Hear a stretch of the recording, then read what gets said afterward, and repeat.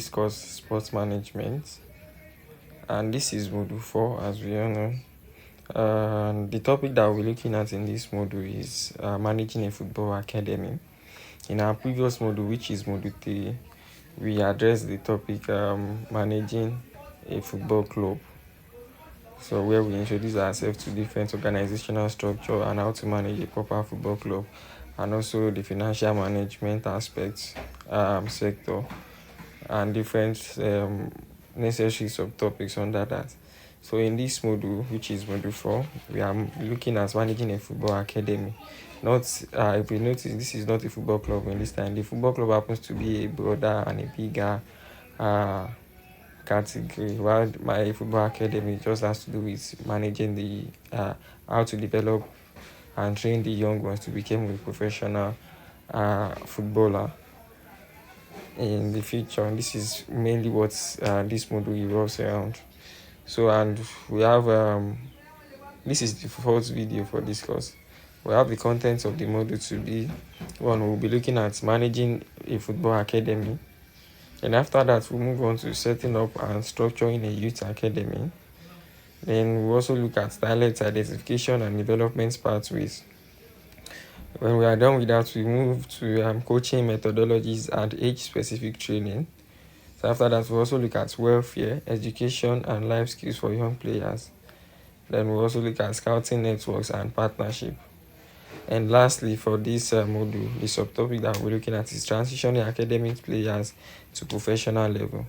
How do we transit academy young ones, players, to a professional players? So if we notice this module, if we are following this module, revolves around the transition from to the transitioning or managing a young football player at the academic level to finally becoming a global professional player. So let's look at in the introduction. We have managing a football academy. It represents one of the most strategic and impactful aspects of modern football club operations, serving as the vital pipeline that sustains long-term sporting success, financial prudence, and cultural identity. So far more than a mere training ground for young players, a well-managed academy is a comprehensive development ecosystem designed to identify raw talents, nurture technical mastery, instill tactical intelligence, build physical and mental resilience, and foster personal growth, all while aligning seamlessly with the club's first team philosophy and playing style. So what we are trying to arrive here is that to manage a football academy, it has to do with impacting different aspects of modern football operations, tactics, financial energy, strength, and all, nature, technical mastery, and all, and also is a way to identify raw talents and nurture this talent to become a professional in the aspect of football. So this is what this revolves around mainly.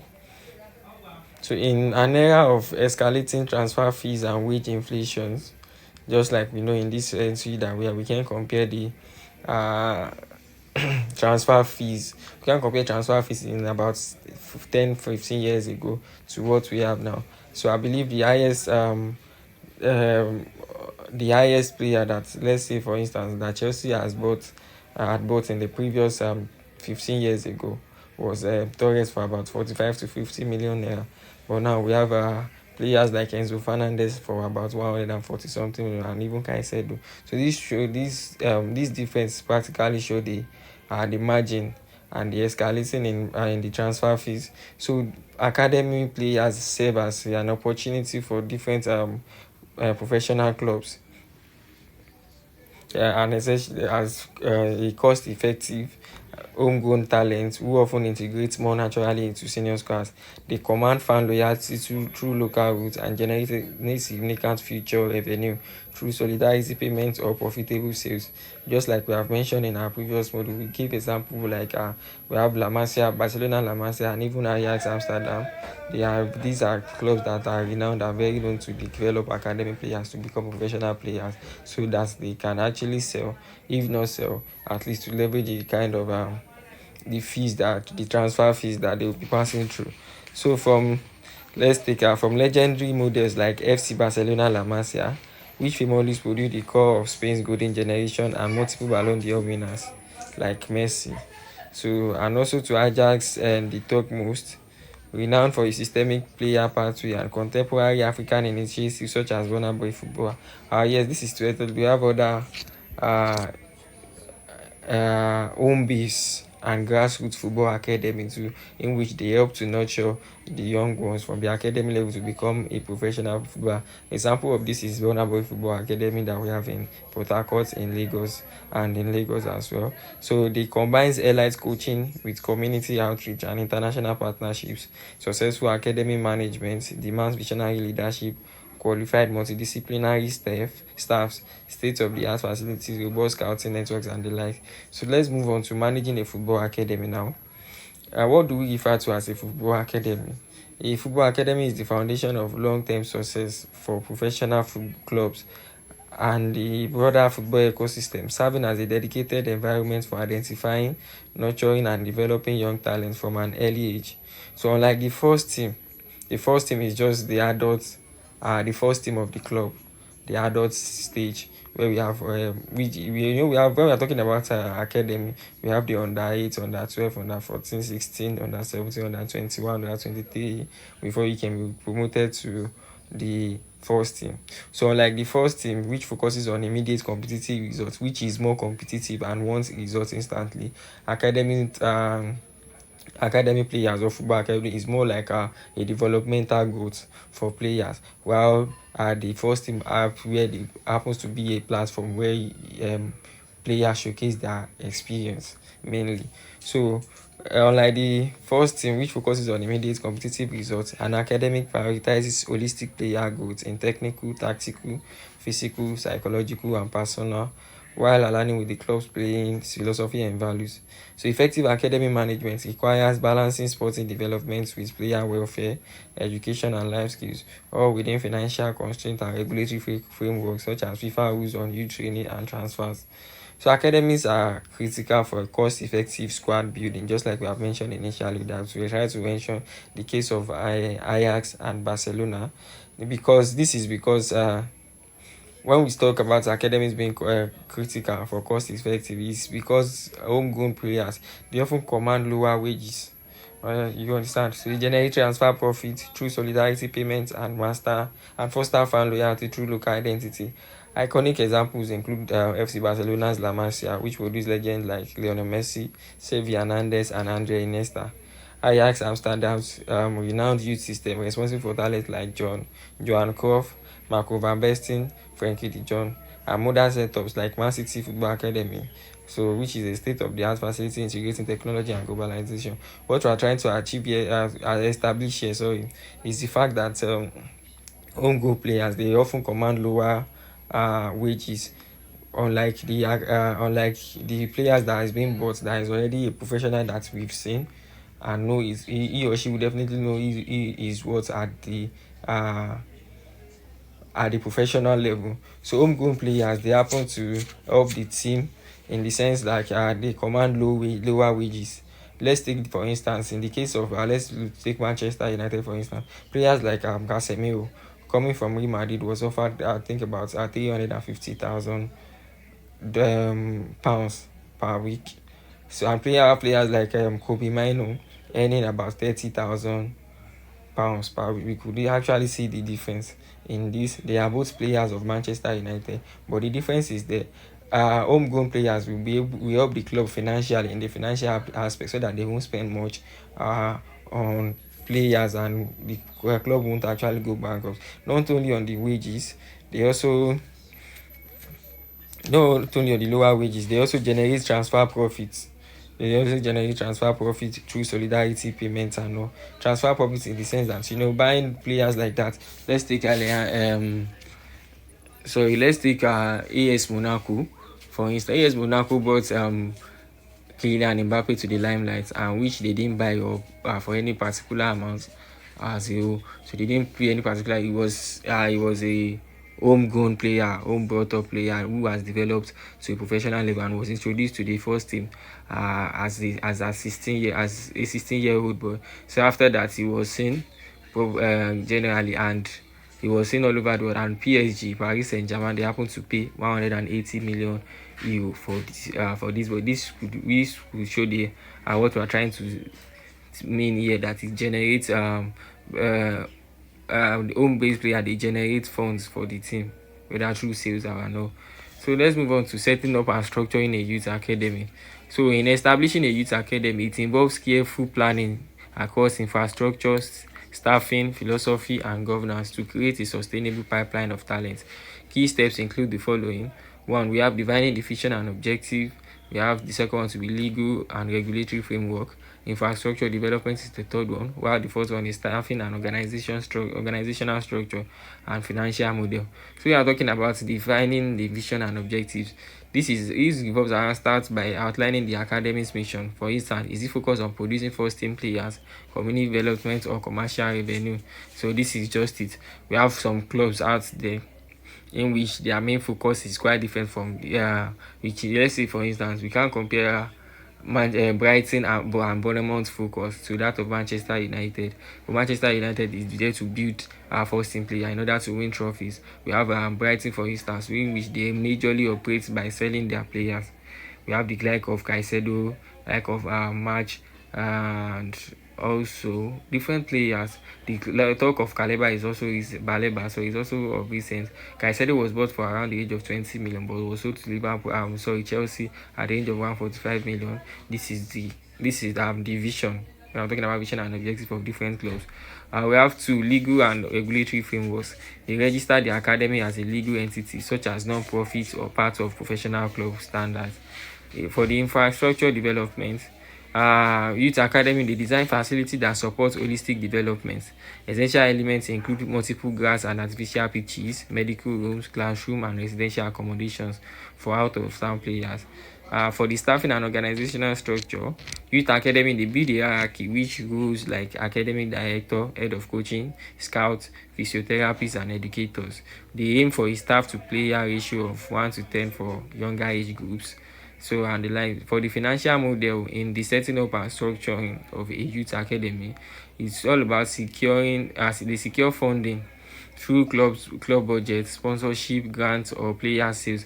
Academies like Manchester United, they generate revenue by loaning out talent. The Burna Boys model incorporates celebrity endorsements and CSR initiatives from brands, making it sustainable in a developing market. So let's move on to talent identification and development. So just as the name implies, TID, that's talent identification and development. But its pathways are critical for sporting, just as the name implies, and nurturing potential. It just revolves around identifying a potential and nurturing this individual to become a professional player. So this process combines science, intuition, and systematic progression to turn raw talent into polished professionals. So methods include regional scouting networks, open trials, and partnership with schools or local clubs. So below are some talent identification and development pathways adopted by Football Academy. We have talent identification strategy, which is scouting and trials, data-driven approaches, holistic assessment. So we can easily relate to these scouting and trials. We have different teams, different football academy there. Even professional players that we know, they once will go for trials at different club at one particular time or the other. We have the likes of Jude Bellingham and Eli Haaland was once told that they came to Manchester United for trial, in which they didn't pass. The likes of some players in Newcastle, they went for different trials in different clubs before they could be scouted, before they could be signed. So that's all about different talent identification and development pathways.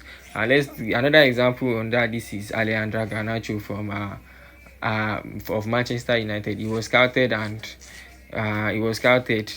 and came for trials. He was scouted and bought in from Atletico de Madrid at Spain. Then he became a youth player at Manchester United before he transitioned to become a professional footballer for the first team in Manchester United before he was sold to Chelsea. So let's move on to the development pathways. These are it creates clear progression routes from entry level to first team integration. The pathways includes individual development plans, that is loan systems, monitoring and feedbacks. This monitoring and feedback has to do with regular reviews with coaches using apps like team building for tracking. Loan system, that is the system, this is very common in most big clubs, whereby they send players to affiliate clubs for experience, as Chelsea does with its academic graduates. So as Manchester United also encourage this more often, and also the likes of Hendrick in Real Madrid, from Real Madrid currently at Lyon on loan. So individual development is also there. So let's move to coaching methodologies and age-specific training.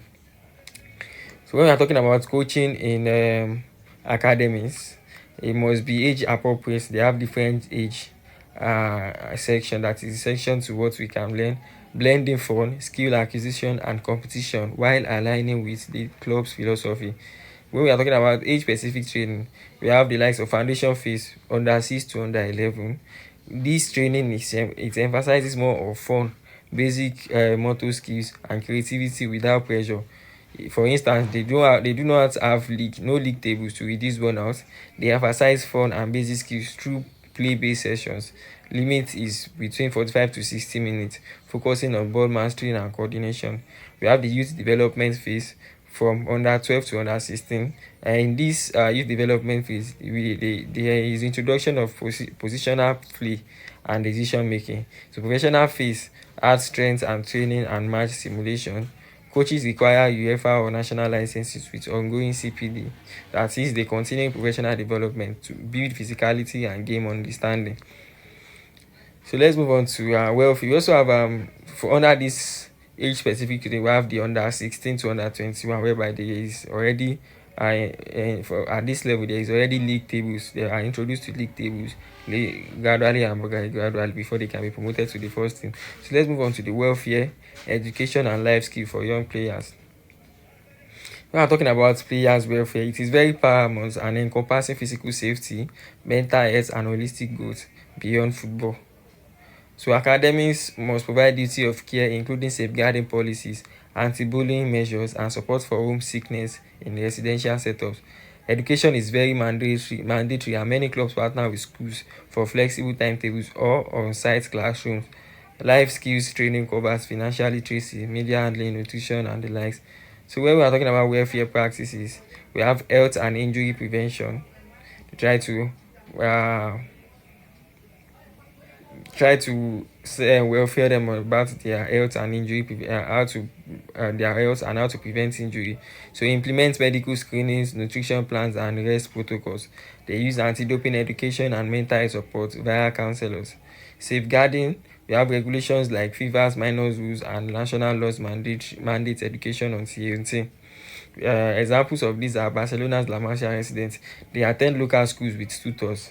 Alumni credits this balance for longevity. Ajax, on the other hand, provides psychological support and dual career guidance. In England, Premier League for academies, they follow strict EPPP welfare standards.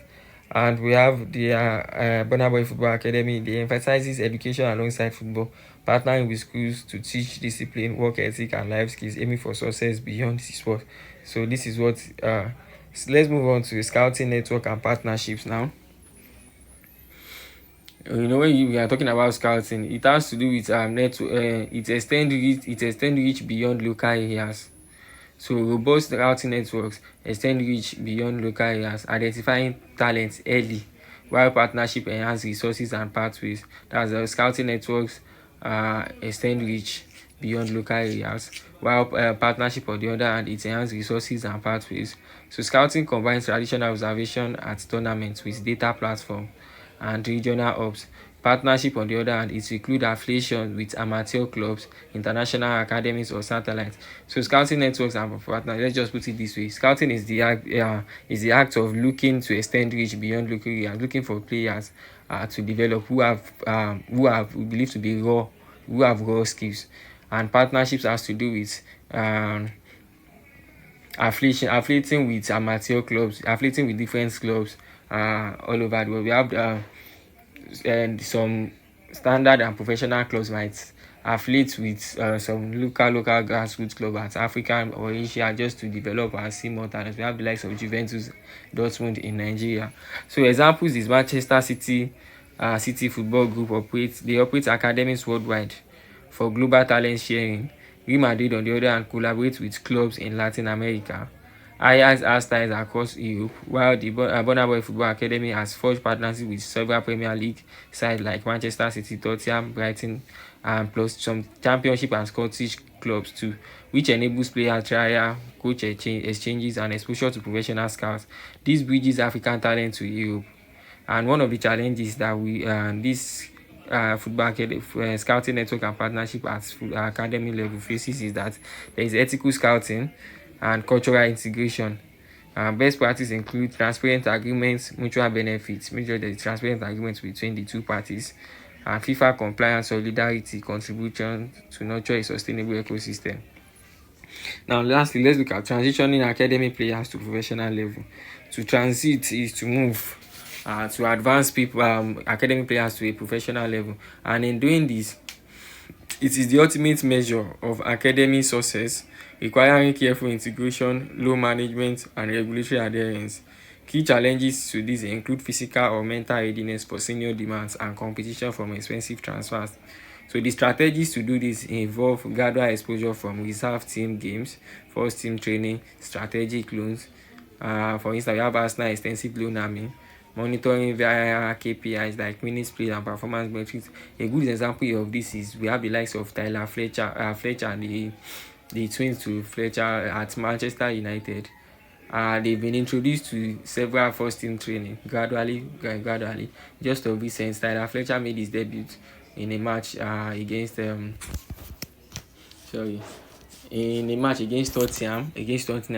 So and he played about 10 minutes. So gradually they played 15, 20 before they gained their moments in the first team. And if they couldn't get their time in the first team, and they believe that this is a future potential, they loan such players out to other clubs so they could gain more experience. We have the many Manchester United players in championship under loan. Riyamas is there at Watford and the likes. So this is just an example of how academy players transit to a professional level. From there, they gain more experience and become a professional. By the time they will come back to the team, they have gained more experience and become more professional. So FIFA regulation is also very crucial. We have the Article 19. It protects minors from international transfers, exception for EU and EEA or proximity. Training compensation and solidarity payments reward developing clubs, like 5% of future transfer distributed to formative clubs. Registration system enforce compliance.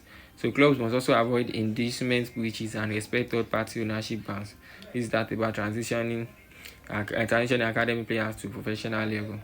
So in conclusion, effective management of a football academy, it transcends mere talent cultivation. It embodies a holistic commitment to building sustainable futures in a sport where success hinges on foresight, integrity, and player-centered innovation. So from the meticulous setup of infrastructure and visionary structuring through the rigorous talent identification and age-tailored coaching methodologies, and seamless transition to the professional level that is underpinned by strict adherence to FIFA regulations, the interconnected elements from the bedrock of elite academies worldwide. So iconic benchmarks like FC Barcelona, La Masia, and Ajax, they have long demonstrated how such systems produce world-class talents while preserving